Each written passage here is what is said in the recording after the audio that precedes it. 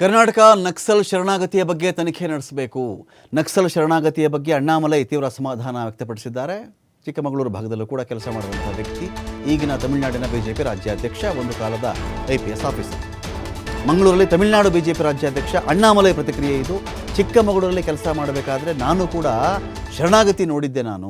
ಅನೇಕರು ಶರಣಾಗ್ತಾ ಇದ್ದರು.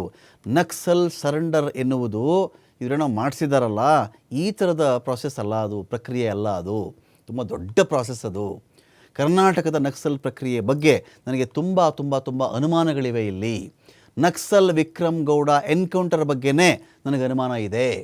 ಎನ್ಕೌಂಟರ್ ಆದ ತಕ್ಷಣವೇ ಈ ಕಡೆ ಬಂದರೆ ನಕ್ಸಲ್ ಶರಣಾಗತಿ ಆಗಿಬಿಟ್ಟಿದೆ. ಇಲ್ಲಿ ನಕ್ಸಲರ ನಡುವಿನ ಒಳ ರಾಜಕೀಯವನ್ನು ಕಾಂಗ್ರೆಸ್ ಸರ್ಕಾರ ಚೆನ್ನಾಗಿ ಇಲ್ಲಿ ಬಳಸ್ಕೊಂಡ್ಬಿಟ್ಟಿದೆ.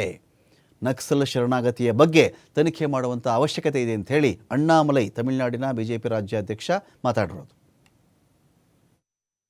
ತಪ್ಪು ಮಾಡಿದವ್ರಿಗೂ ತಾವು ರೆಡ್ ಕಾರ್ಪೆಟ್ ಹಾಕಿ ಬನ್ನಿ ಕರೆಸ್ತೀರಾ.